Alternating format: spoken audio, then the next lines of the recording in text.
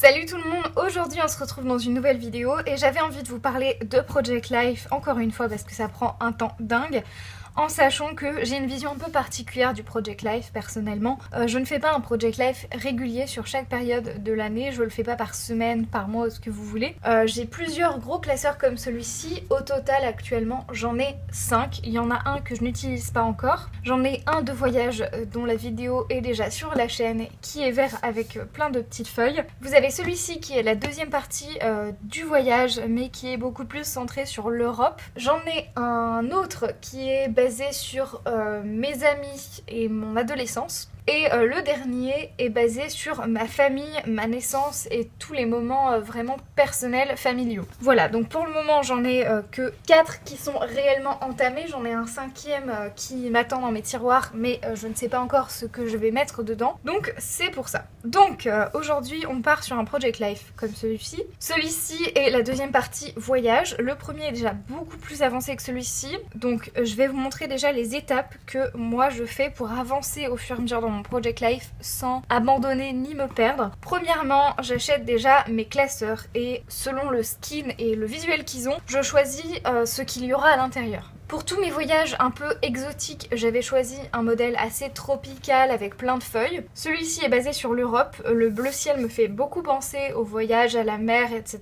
Donc voilà pourquoi. Et les autres sont en lien également. En général, je commence par choisir les photos des voyages que je veux, les imprimer, que ce soit via la Fnac, sur internet, avec une Canon selfie, vous faites comme vous voulez, mais vous imprimez vos photos. Et ensuite, je vais commencer par les répartir. Donc premièrement, moi je fais des pages avec mes papiers 30-30 d'intercalaires comme ceci pour agrémenter de temps en temps. Là c'est une future page de scrap qui sera décorée, mais pour le moment elle est telle quelle. Donc j'insère en général les pages que je souhaite selon la couleur de l'album pour que ça aille ensemble. Et ensuite je commence par mettre les photos dans des espèces de petites pochettes. Alors on fait parfois des erreurs au début parce que là vous voyez, mon problème majeur en général c'est que j'insère mes photos et je ne me laisse pas assez de place pour vraiment écrire et mettre des petits mots sur les voyages. Donc voilà, je vais essayer de corriger ça au fur et à mesure, mais en général je place d'abord mes photos. Maintenant j'essaie de laisser un petit peu plus d'espace vide pour pouvoir mettre des papiers 30-30 découpés et des morceaux de Project Life vraiment écrits avec un mot sur le voyage que j'ai fait. Donc comme vous le voyez, cet album a déjà petit 1, des pages comme ceci, les photos mises dans les albums, et ce que je fais, moi j'aime bien ça, c'est j'imprime sur du calque les titres grossiers des photos. Donc là par exemple c'est des photos qui se rapportent au carnaval vénitien d'Annecy. Donc j'ai pas encore collé ce petit bout de papier en fait qui est du calque. Donc voilà, sachez que vous pouvez imprimer sur du calque avec des réglages classiques d'imprimante A4 et de papier classique. Ça marche très bien, moi je trouve ça assez sympathique et ça permet d'avoir un texte tout en voyant quand même la photo en arrière-plan, donc ça peut être cool. Ensuite vous avez une page qui est à moitié début de scrap et vous avez encore des espaces vides. Voilà, c'est aussi quelque chose que j'avais fait avant, il y a des petites ficelles pour séparer les nouveaux voyages d'un voyage à l'autre. Voilà, comme ça je remets une carte comme ceci que j'avais fait sur ordinateur et que j'ai imprimé sur papier photo, et vous avez des petits tags comme ça en étiquette qui dépassent un peu et qui se voient plus facilement de l'extérieur de l'album que de devoir regarder chaque page l'une après l'autre. Donc par exemple ici vous voyez, j'ai toujours pas collé mais j'ai fait une partie de mon journaling et il est imprimé sur du calque, comme ça on voit le dessous et en même temps on ne perd pas la lisibilité du texte. Donc je trouve ça cool. C'est une double page que je vais, je pense, laisser telle quelle, donc je collerai juste à un moment, mais ça par exemple c'est quasiment fini. Ça c'est pareil, pour moi ça c'est fini, il y a assez et de photos et de journaling et de décoration, mais par exemple aussi je fais une petite chose très récemment, ça par exemple c'est pas fini, là aussi je pense rajouter 2-3 petites choses, mais c'est quand même bien avancé comme vous pouvez le voir. Le problème c'est que j'ai des pages dans un album qui sont très avancées et j'ai des pages qui en parallèle sont pas du tout finies et où il manque des photos. Donc ça c'est souvent le problème. Après il y a le fait que je n'aime pas prévoir à l'avance quand j'imprime mes photos de voyage par rapport aux pochettes plastiques que j'ai. Le problème c'est que au bout d'un moment je peux avoir selon un voyage trop de photos imprimées en 10 par 15 ou trop de photos en vertical comme ceci, et donc après les pages je ne les ai pas en correspondante, donc il faut soit que je rachète des pages, soit il va me manquer les photos et donc il faudra que ensuite je vérifie et que je check. Par exemple là il me manque, allez mettons 2 photos en 7,5 par 10 du voyage spécifique de, ça c'est Barcelone, et il faudra que je réimprime des photos par rapport à ça, donc c'est un peu voilà compliqué, mais on s'y retrouve au fur et à mesure on avance, donc même s'il en manque un petit peu, on n'est pas complètement déçu ou on n'est pas complètement démotivé. Et comme vous le voyez, moi il y a un petit truc que je fais depuis très récemment, c'est dans les pages comme ça classiques, là c'est des case art, c'est des storybooks, comme vous le voyez en fait, bien sûr vous avez l'ouverture là pour la photo, mais en fait c'est pas complètement scellé en entier, et donc sur le bord vous pouvez quand même insérer des petits papiers. Moi je trouve ça joli parce que ça agrémente un peu plus la page, ça évite que vous ayez est-ce qu'il y a un endroit où ça y est ou pas du tout? Non, ça évite que tout soit transparent et que vous avez fait un pack comme ça avec toutes les feuilles en transparence de trucs très gris, et je les glisse comme ça là où il y a censé y avoir la perforation. Donc c'est chouette, ça rajoute un petit plus je trouve, et je peux comme ça mettre des points de couleur en rapport avec les photos et ça habille un petit peu plus, donc c'est sympathique. Vous voyez par exemple là ça change tout, alors qu'avant j'avais vraiment toute une bande transparente comme ça qui se voyait sur tous les étages et c'était pas forcément très joli. Donc là vraiment je peux ajouter un peu plus de fantaisie et c'est chouette. Donc je vous conseille de faire ça. Après ça demande juste du coup d'avoir une petite perforatrice pour reperforer votre papier là où il y a le trou de la pochette. Donc voilà, ça c'est mes premières étapes. Premièrement j'imprime mes photos, j'ai déjà des papiers et un album, et ensuite je vais commencer par remplir l'album avec mes photos dans un premier temps. Ensuite je vais regarder les papiers que j'ai envie d'utiliser par rapport aux couleurs de la page et aux couleurs de l'album. J'essaye en général, malgré les photos, d'avoir une couleur qui correspond à l'album et qui soit un peu une trame principale. Donc là l'album est quand même bleu ciel, donc j'ai décidé de scraper aujourd'hui avec des papiers qui sont dans une couleur qui ressemble. Donc j'ai fait ma sélection de papiers 30-30. Il y en a des neufs, il y en a déjà des utilisés, donc comme vous le voyez, et par contre l'arrière n'est pas toujours correspondant à la couleur, puisque c'est des papiers recto verso malheureusement. Donc soit la couleur arrière, je vais me débrouiller pour une page de l'intégrer à ce que j'ai, soit je vais tout simplement refaire une autre carte d'une couleur pareille et je vais la masquer le dos. Et dans ces cas là j'évite de coller, comme ça si je veux changer la carte et du coup juste la retourner, changer la couleur, je pourrais le faire, alors que si je colle c'est définitif. Donc voici déjà la petite sélection de papiers que je vais utiliser pour cet album. Donc comme vous le voyez, on est vraiment dans une dominance de bleu, de vert, de choses assez pastel comme ceci.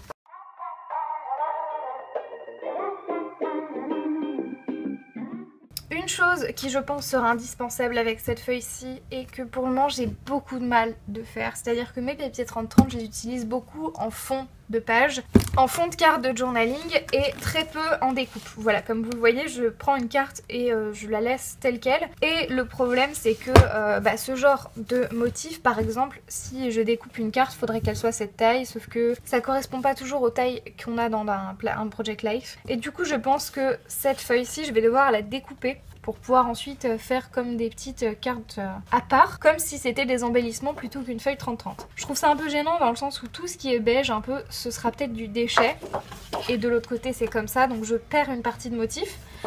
Mais voilà, c'est des papiers que j'achète en conséquence. Quand je vois un motif comme ça, je me dis ok, là faudra faire quand même un effort particulier pour la travailler. Ensuite on a d'autres papiers comme ça. Pareil, ce papier-ci, je pense que je vais plus le découper en petits carrés pour suivre la mosaïque et le mettre dans mon Project Life comme je le verrai à ce moment-là. L'avantage aussi du papier 30-30, c'est que à force on fait plein de petites chutes et moi je les récupère toutes pour en faire d'autres projets ensuite. C'est pour ça que quand je m'organise, toutes les petites chutes je les mets dans une sorte de pochette à part et vous avez du coup plein de chutes de papier différents. Voilà, je trouve ça très sympathique. Et ça aide beaucoup. Et cette page là est un peu particulière, alors elle est vouée je pense à être découpée parce qu'il y a des motifs assez unis qui vont bien, sauf que ce côté-ci est plutôt fragile, il est recouvert de paillettes en fait. Donc voilà, ça part un peu sur les doigts. Donc c'est un papier assez spécial qui est texturé, donc je sais pas encore ce que je vais en faire, mais je pense l'inclure dans ce Project Life là de voyage.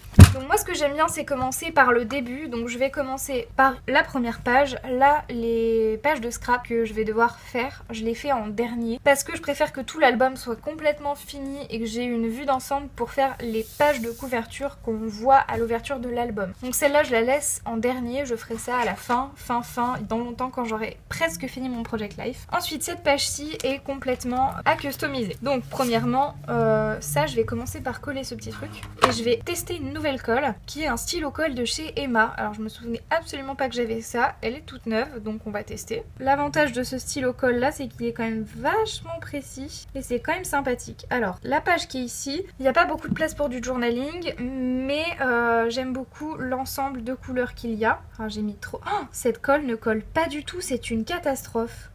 Oh, regardez ce que ça fait, c'est en train de retourner. Non mais je suis pas du tout d'accord là, Emma, c'est pas possible cette colle. Elle colle pas du tout, ça tient pas. Me dis pas que je vais devoir rester comme ça. Oh non, non mais ça c'est pas possible. Moi je scrape pas avec une colle pareille. Je le remets dans la pochette pour que la pochette appuie, mais j'ai peur que la colle transfère sur... Ouais non, c'est une catastrophe. Ok, donc cette colle pour le calque, on oublie.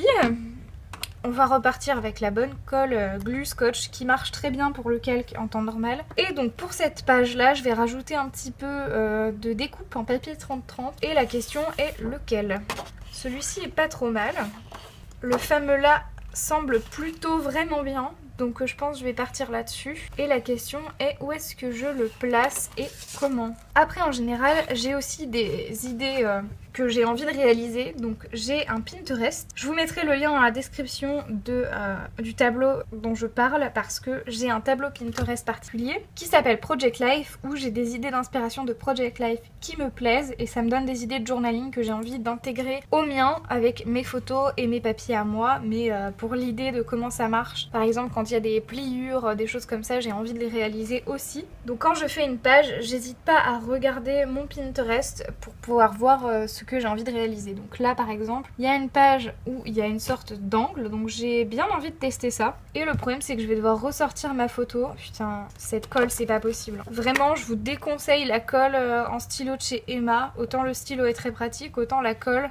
Pour du calque et du papier photo, c'est pas possible. Alors je ne sais pas si sur du papier 30-30 ça marche, mais là non, en plus ça a bousillé le papier, il est dégueulasse. Non, je vais l'enlever. Et la colle attaque la couleur de la photo. Je sais pas si vous voyez, les colles scotch comme ça attaquent pas le papier photo et c'est bien. Mais après ça dépend de la composition de la colle. Donc là comme je viens de bousiller l'écriteau Italie, il faut que je me mette une note de le réimprimer sur du papier calque. Et je vais essayer d'éponger un peu la colle qui reste sur mon papier photo, c'est une catastrophe. C'est pas joli du tout. Ça va que c'est pas encore très visible, mais vraiment, ça c'est pas génial. Donc, pas de panique, on relativise. Je vais prendre un crayon à papier, ma photo, j'écarte mon album. L'objectif étant donc d'avoir une sorte de petit qui fasse ça. J'aimerais qu'il termine à peu près ici en pointe. Donc on est à 5 cm et donc j'ai besoin d'une bande de 10 par 5. Et ensuite je vais venir découper. Alors le papier 30-30 quand il est encore en l'état, je le passe pas dans cette petite découpeuse, tout simplement parce que ça ne passe pas vu que je n'ai que 22 cm de large, ce qui est très embêtant, mais en même temps je l'ai acheté sur AliExpress pour même pas 2 € et je suis très contente de la qualité de cet objet par rapport à sa durée de vie et son prix. Donc je vous recommande, je vous mettrai un lien dans la description si ça vous intéresse, plutôt que les grandes de chez Fiskars qui sont très chères. Si vous commencez en scrap, je comprends que ça puisse être trop cher pour un investissement de départ. Donc j'ai mon petit morceau, je vais reprendre ma photo, voir ce que ça donne un peu par-dessus. Donc je vais définir un point où je veux que la découpe s'arrête, par exemple ici. Et je vais venir juste faire une pointe comme j'ai envie à peu près en biais. Voilà, et je vais venir redécouper. Toutes les petites chutes de triangle, je les garde, surtout peut-être pour cette page-ci en plus, j'ai peut-être une idée. Donc je vais venir coller ça ici comme j'ai envie, avec la colle glue scotch parce qu'on n'est pas des connards. J'en ai une un peu moins neuve qui ne va pas... Faites attention aussi quand vous ouvrez une colle neuve. Quand vous l'ouvrez, il y a toujours un surplus de colle qui sort du tube. Et mieux vaut pas faire un truc très précis tout de suite à l'ouverture d'une colle. Peut-être que vous avez oublié depuis l'enfance et le collège, mais je vous le rappelle au cas où. Donc je vais encoller ma bande. Oh, ça a une texture granuleuse, cette espèce de paillette là, très bizarre. J'essaye au mieux d'aller vers les bords pour que ça colle bien partout. Hop, je récupère ma petite découpe et je vais venir la coller du coup et la positionner sur ma photo. J'appuie le temps que ça prenne un petit peu. Je suis désolée pour la lumière, mais mon bureau est assez mal placé par rapport à la fenêtre et à la lumière du soleil en après-midi. Donc voilà, vous avez le bord de la fenêtre en plein milieu, mais ça va passer avec le temps. Donc je vais reprendre mon album et la mettre à l'intérieur pour voir à peu près ce que ça donne. Donc là j'aime bien. Ça me fait un effet sympathique. Je vais peut-être faire un rappel avec une petite chute. Ouais, j'aime bien cette idée. Je vais faire ça. Et le seul problème que j'ai, c'est que vous le voyez, ce tag, c'est une erreur con vraiment que j'ai fait. C'est que je ne peux pas sortir cette feuille sans déchirer mon tag. Donc je vais être obligée de le couper pour pouvoir sortir ma photo.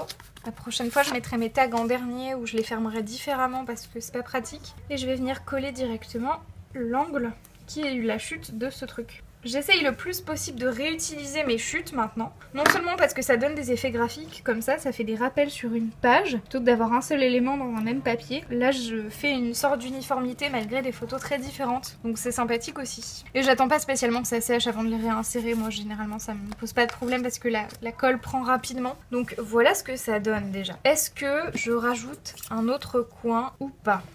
Comme vous le voyez, je prévois pas à l'avance ce que je vais faire sur mes pages. Il y en a qui préfèrent, avant de tout mettre en page plastique, visualiser toutes leurs photos ensemble, faire leur journaling et faire une page comme ça entière.